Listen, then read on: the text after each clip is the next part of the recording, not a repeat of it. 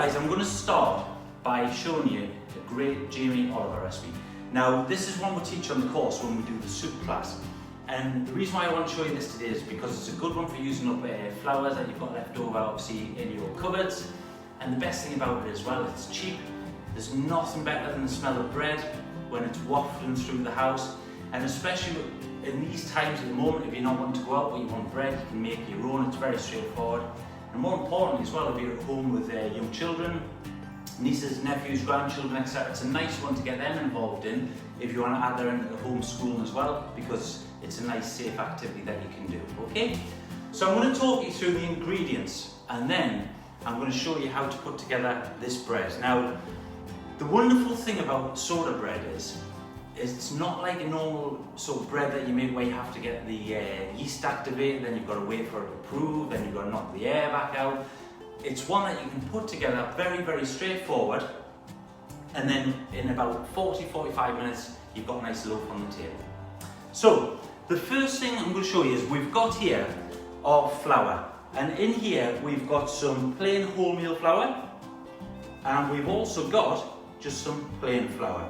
And don't worry about the quantities, because when we finish this session today, I am going to put it on Instagram and Facebook, the actual ingredients and method for you. But yeah, so all your flour in there, and then also we've got some oats. Now the recipe says to use pinhead oatmeal, and it's quite difficult to get pinhead oatmeal in the supermarket. So what I tend to do is I get my porridge oats, and there's nothing wrong with using them at all. Get a stick blender, whiz it up with a stick blender, and you'll get a nice fine powdered oat. You can even just put it in whole, absolutely fine. Obviously you're going to get a little bit of texture with that.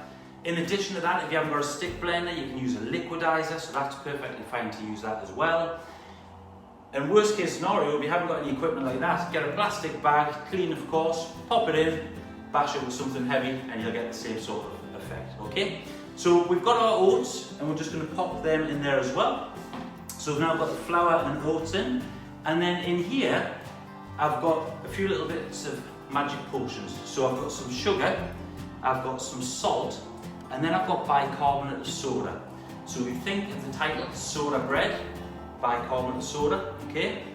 Now, bicarbonate soda is alkaline, so we need something acidic to work together. A little bit of a chemistry lesson for you there.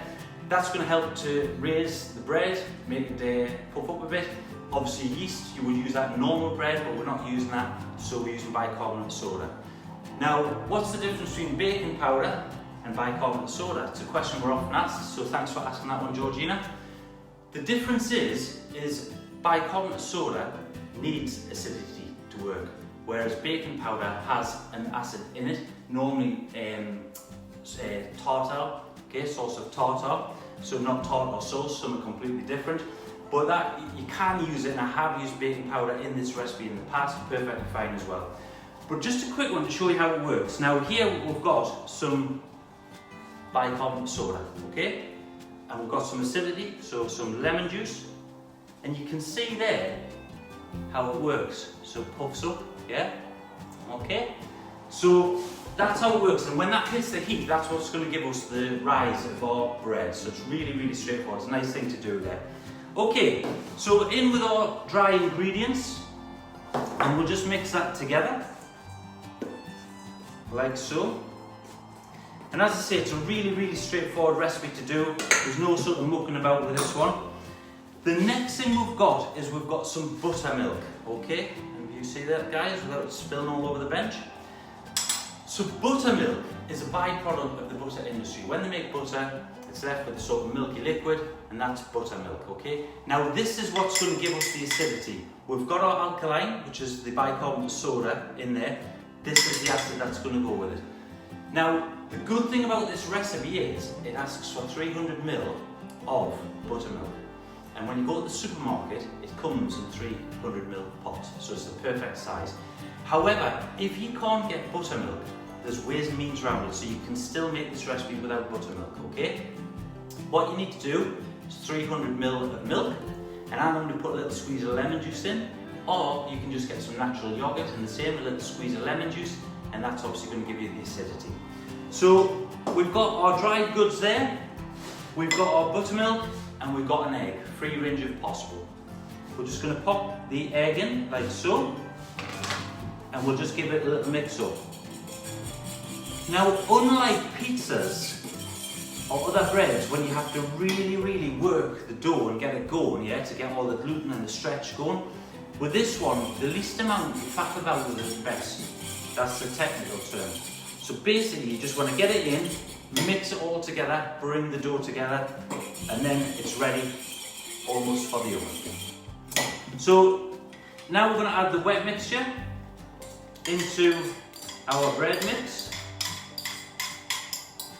And give that little mix together. Now you can see here, obviously I'm using gloves. If your hands are clean, you can get your own hands in if you're doing it at home. Some people don't particularly like working with messy bread doughs and getting their hands stuck in. So this is a nice way of doing it.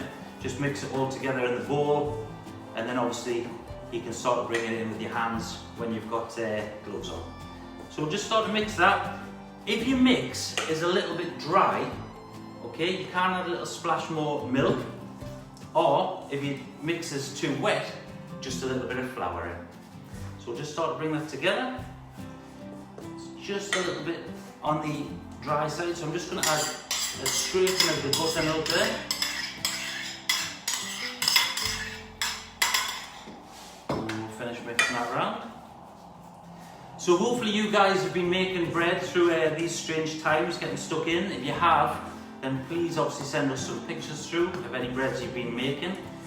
We will be continuing these classes and doing some extra recipes as we go forward.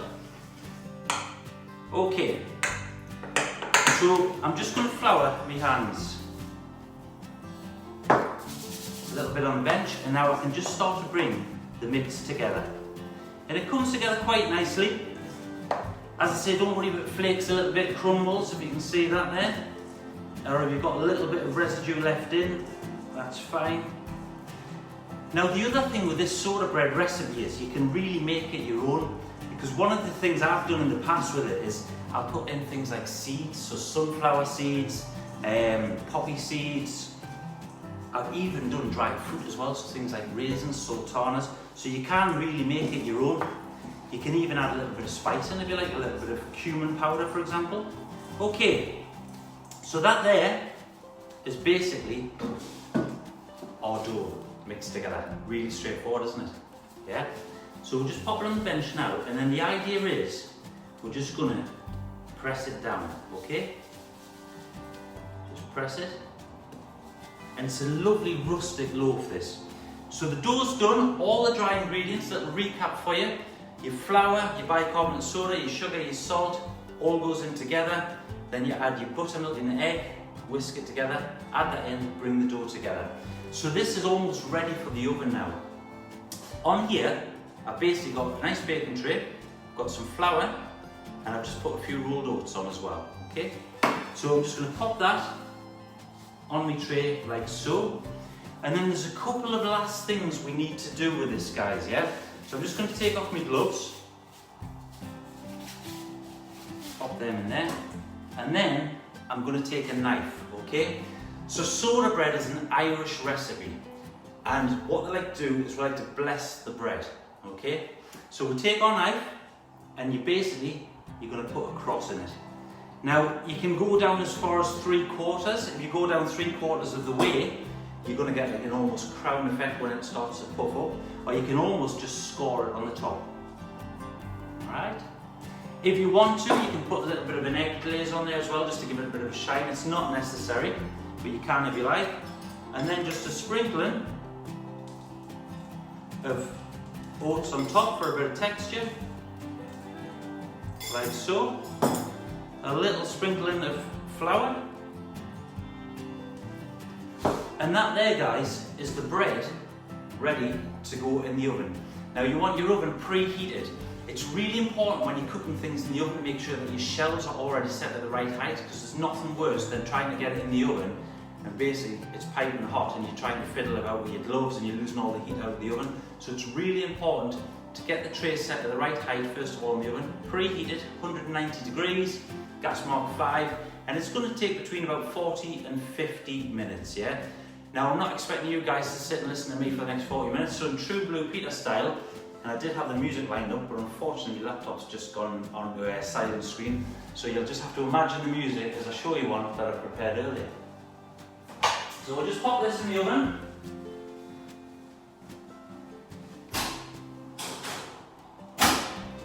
And then as I come back round, I can show you now the soda bread that was popped in the oven just before the start of this session.